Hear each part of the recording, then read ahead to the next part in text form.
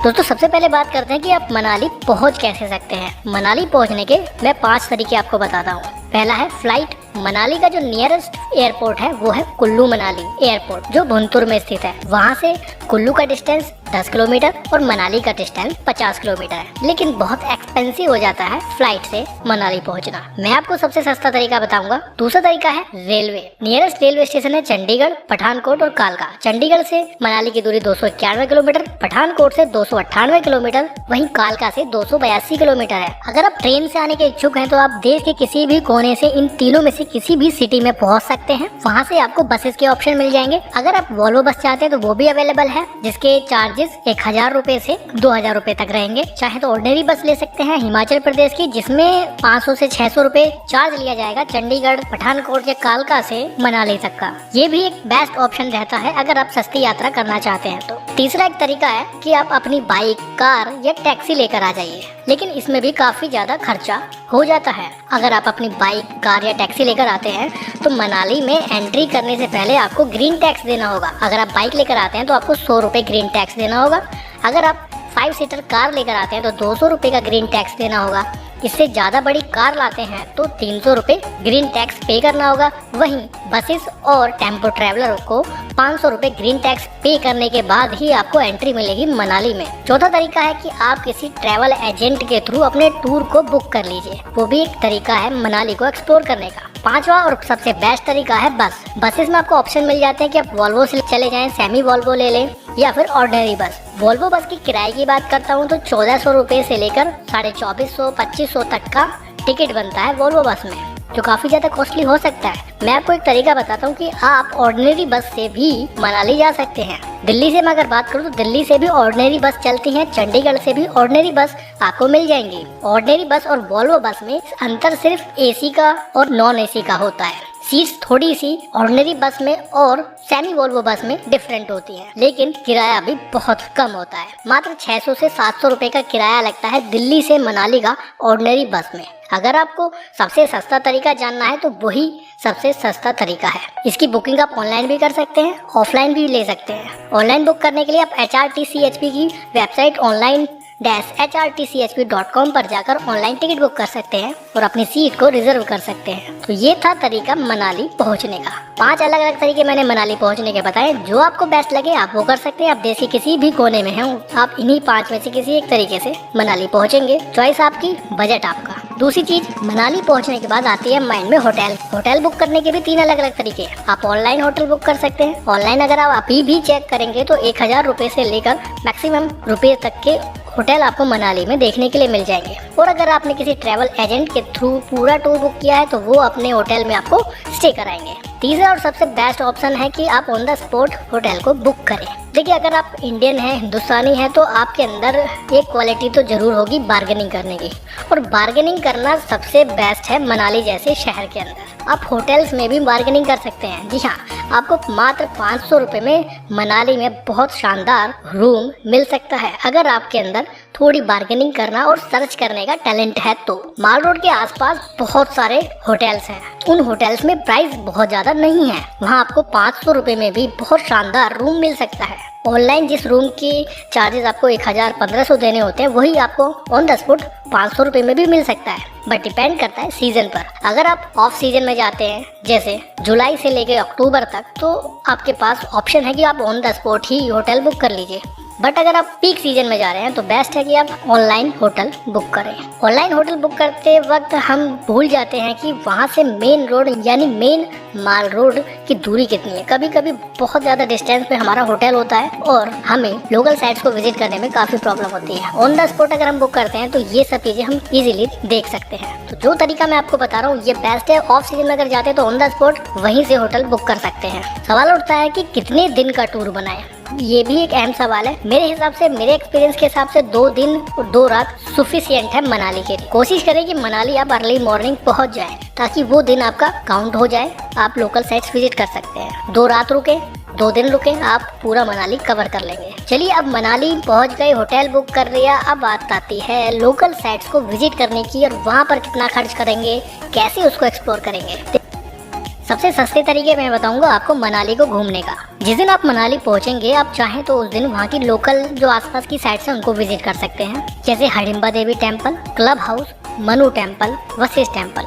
अगर आप इसके लिए टैक्सी वालों से बात करते हैं तो 1200 रुपये चार्ज करेंगे और इन सभी साइट्स को आपको घुमा लाएंगे। बट मेरा मानना है कि आप इसमें पैसा इन्वेस्ट ना करें, क्योंकि ये सभी जगह मनाली में बेहद पास में स्थित है। आप चाहे तो पैदल भी इन सब साइट्स को कवर कर सकते हैं। 4 से 5 किलोमीटर आपको पैदल चलना होगा और आप सारी साइट्स विजिट कर सकते हैं। एक छोटा सा सर्किट पूरा करना होगा। माल रोड से आगे की तरफ लेफ्ट हैंड से जो रास्ता जाता है वहाँ से जाइए, हडिम्बा देवी टेम्पल को कवर कीजिए। डुंगरी वन विहार भी वहीं पे मौजूद है और नीचे उतर के क्लब हाउस और मनु टेम्पल करके वापस माल रोड तक आ सकते हैं। 4 से 5 किलोमीटर आपको पैदल चलना होगा और आपकी सारी साइट्स विजिट हो जाएंगी और आप 1200 रुपये बचा सकते हैं। तो मेरा एक्सपीरियंस ये कहता है कि जब हम मनाली घूमने जाते हैं तो थोड़ा पैदल ट्रैक भी करना चाहिए, वहाँ के माहौल को एंजॉय करना चाहिए, वहाँ की लोकल साइट्स को एंजॉय करना चाहिए। और पूरा जो 4 से 5 किलोमीटर आपको पैदल चलना होगा, इसमें आप ओल्ड मनाली भी देखेंगे, वहाँ के ऊंचे देवदार के पेड़ों के जंगल भी देखने को मिलेंगे। तो मेरा मानना है कि आप पैदल भी इसको कर सकते हैं और आप पैसे बचा सकते हैं।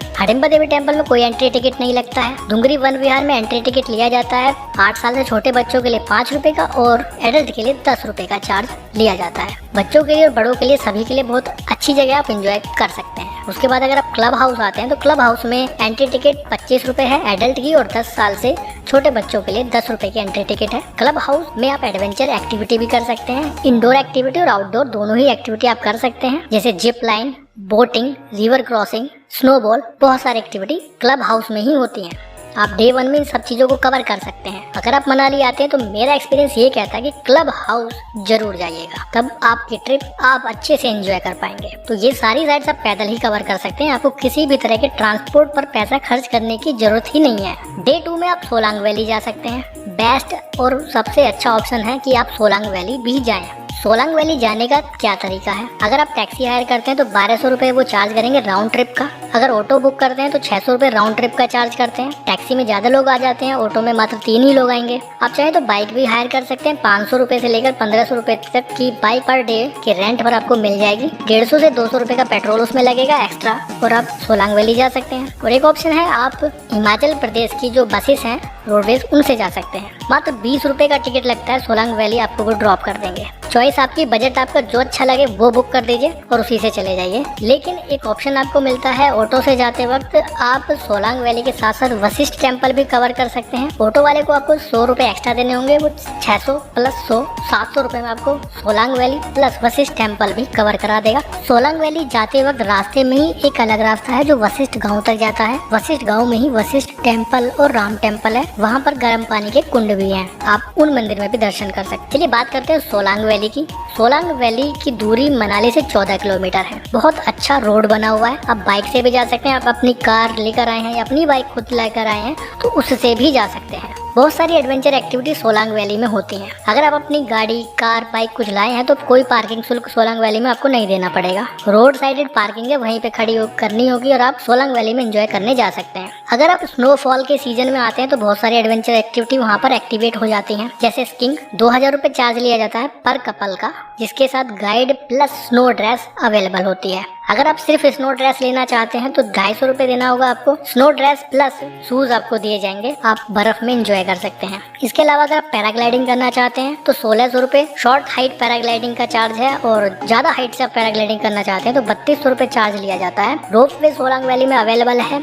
650 रुपये है रोप वे का चार्ज राउंड ट्रिप का। बट मेरा एक्सपीरियंस ये कहता है कि जो भी चीजें आप बुक करते हैं एडवेंचर से रिलेटेड, उसमें बार्गेनिंग जरूर करें। जितनी बार्गेनिंग आप अच्छे से कर पाएंगे, आपकी जो बजट का कॉस्ट है वो कम हो जाएगा, क्योंकि बार्गेनिंग मनाली में सबसे ज्यादा चलती है। एडवेंचर एक्टिविटीज में भी, यहाँ तक कि लोकल ट्रांसपोर्ट के खर्चे में भी बहुत ज्यादा बार्गेनिंग चलती है। अगर आप कम करा सकते हैं तो करा लीजिए और बहुत कम रेट हो भी जाता है। जिस एडवेंचर एक्टिविटी का वो 500 रुपये चार्ज बताते हैं उसे वो 100 रुपये में भी करवा देते हैं। ये मेरा खुद का भी एक्सपीरियंस रह चुका है मनाली के साथ। तो डे 2 में आप सोलांग वैली को कवर कर लीजिए। 2-3 घंटे 4 घंटे आप सोलांग वैली में बिताइए। अगर आप एडवेंचर एक्टिविटी करना चाहते हैं तो वो भी कर लीजिए। आसपास में होटल, खाने पीने के stall, coffee stall, tea shop, Maggi shop, सब चीज़ें अवेलेबल होती हैं, एंजॉय कर सकते हैं। कुछ लोग बोलते हैं कि रोहतांग पास जाएं या ना जाएं। देखिए, अगर आप फैमिली के साथ आए हैं, बच्चों के साथ आए हैं, एंजॉय करना चाहते हैं मनाली को, तो मेरा एक्सपीरियंस कहता है कि आपको रोहतांग पास जाने की जरूरत ही नहीं है। आप क्लब हाउस को कवर कीजिए, बहुत मजा आएगा। आप सोलांग वैली जाइए, बहुत एंजॉय करेंगे। माल रोड को एंजॉय कीजिए, आसपास के मार्केट को एंजॉय कीजिए, आसपास की लोकल दूसरी साइड्स को एंजॉय कीजिए। दो चीजें मैं आपको बता रहा हूँ, क्लब हाउस और सोलांग वैली।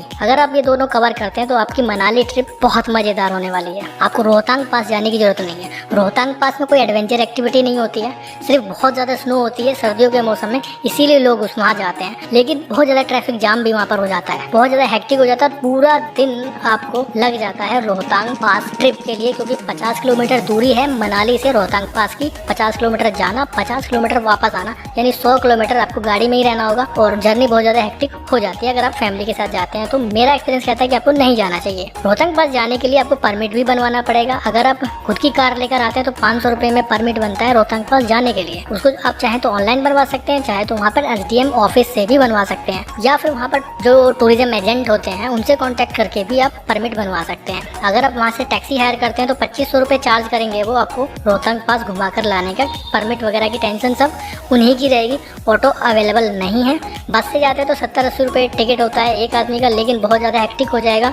वापस आते वक्त आपको बस मिलने में प्रॉब्लम हो जाएगी। बाइक रेंट पे ले सकते हैं, पहले भी बता चुका हूँ, 500 से 1500 रुपये में बाइक मिल जाएगी। अलग से पेट्रोल डलाना होगा। आप चाहें तो रोहतांग पास जा सकते हैं। परमिट भी वो बना के देंगे, 300 रुपये परमिट के एक्स्ट्रा आपसे चार्ज करेंगे रोहतांग पास के लिए। लेकिन अगर आप फैमिली या कपल के जा रहे हैं तो रोहतांग पास आप अवॉइड कर सकते हैं। 2 दिन में आप मनाली की बाकी साइड्स को कवर कीजिए, एंजॉय कीजिए, बहुत इंजॉयबल आपकी जर्नी रहेगी। फूड की बात करते हैं, हर तरह का सभी तरह का फूड मनाली में अवेलेबल है। एक सवाल उठता है कि बेस्ट टाइम कौन सा है मनाली जाने का। देखिए, मनाली एक ऐसा शहर है जहाँ पूरे साल भीड़ लगी रहती है। पीक टाइम की मैं बात करूँ तो स्नोफॉल के टाइम पे सबसे ज्यादा पब्लिक यहाँ पर आती है, सबसे ज्यादा टूरिस्ट आते हैं। वो नवंबर से लेकर फरवरी मार्च तक स्नो अवेलेबल रहती है, तभी टूरिस्ट सबसे ज्यादा आते हैं। 500 550 तक भी कपल पर डे मनाली में एंट्री कर चुके हैं एक सर्वे के अकॉर्डिंग। दूसरे सीजन में 350-300 कपल पर डे एंट्री करते हैं मनाली के अंदर। अगर आप स्नो एंजॉय करना चाहते हैं तो नवंबर से फरवरी मार्च तक आप कभी भी आ सकते हैं। बहुत ज़्यादा स्नो आपको देखने के लिए मिलेगी और बहुत सारी एडवेंचर एक्टिविटी जो स्नो में होती हैं वो एक्टिवेट हो जाती हैं इन मंथ में। थोड़ा सा कॉस्टली हो जाता है नवंबर से फेब के मंथ के बीच में। सबसे सस्ता सीजन होता है जुलाई से लेके अक्टूबर तक। अगर आप आते हैं तो बहुत सस्ता सीजन रहता है, सारी चीज़ें बहुत सस्ती आपको मिल जाएंगी, बट स्नो वाली एडवेंचर एक्टिविटी आपको देखने के लिए नहीं मिलेंगी। चलिए अब बात करते हैं बजट की, कितना बजट हमारा लग सकता है। देखिए, अगर आप 2 लोग जाते हैं तो जिस तरह से मैंने ट्रिप को बनाया है, जिस तरह से मैंने आपके सामने ये चीज़ें रखी हैं, अगर आप 2 लोग जाते हैं तो आप 6 से 6.5 या 7,000 मैक्सिमम में ये पूरी ट्रिप एंजॉय कर सकते हैं। दिल्ली से मैं रेट बता रहा हूँ। अगर आप इस तरह से ट्रिप को मैनेज करेंगे तो आप 6.5, 7 या 6 से 7 के बीच में आप इस पूरी ट्रिप को एंजॉय कर लेंगे। अब बहुत आपको मजा आने वाला है। थोड़ा और कॉस्ट बढ़ाते हैं और भी ज़्यादा चीज़ें आप इसमें ऐड कर सकते हैं, वो आपके बजट पर डिपेंड करता है। मैंने मिनिमम बताया, मेरा मकसद था मैं सबसे कम से कम में आपको मनाली की ट्रिप बता सकूँ कि कैसे कर सकते हैं। मेरा मकसद ही MS व्लॉगर का मकसद ये होता है कि सबसे सस्ता तरीका अपने व्यूवर्स को बता सकें कि वो परेशान ना हो किसी भी शहर को घूमने में। लोगों के मन में होता होगा कि यार मनाली जाएंगे तो कम से कम 20-30 हज़ार रुपये खर्च हो जाएंगे, लेकिन ऐसा नहीं है। ट्रिप को मैनेज करना पड़ता है, बनाना पड़ता है। उसी ट्रिप को बनाने में मैं आपकी हेल्प करता हूँ। वीडियो कैसी लगी कमेंट बॉक्स में बताइएगा। कोई सवाल रह गया है तो वो भी कमेंट बॉक्स में डाल दीजिए, पूछ सकते हैं, जरूर जवाब दूंगा। जितना जल्दी हो सकेगा उतना जल्दी जवाब दूंगा। लाइक जरूर कर लीजिए, अगर वीडियो यहाँ तक देखिए तो यार एक लाइक जरूर कर लीजिए। आपके एक लाइक से इंस्पिरेशन मिलती है मुझे कि मैं अच्छे से अच्छा कंटेंट, अच्छे से अच्छी वीडियो, अच्छे से अच्छी इन्फॉर्मेशन आप तक पहुँचाता रहूँ। और अब जो समय आने वाला है, नवंबर से ये पीक सीजन शुरू हो जाएगा। मनाली का स्नोफॉल कुछ ही दिनों बाद शुरू हो जाएगी, तो टूरिस्ट का जमावड़ा वहाँ लगना स्टार्ट होने वाला है।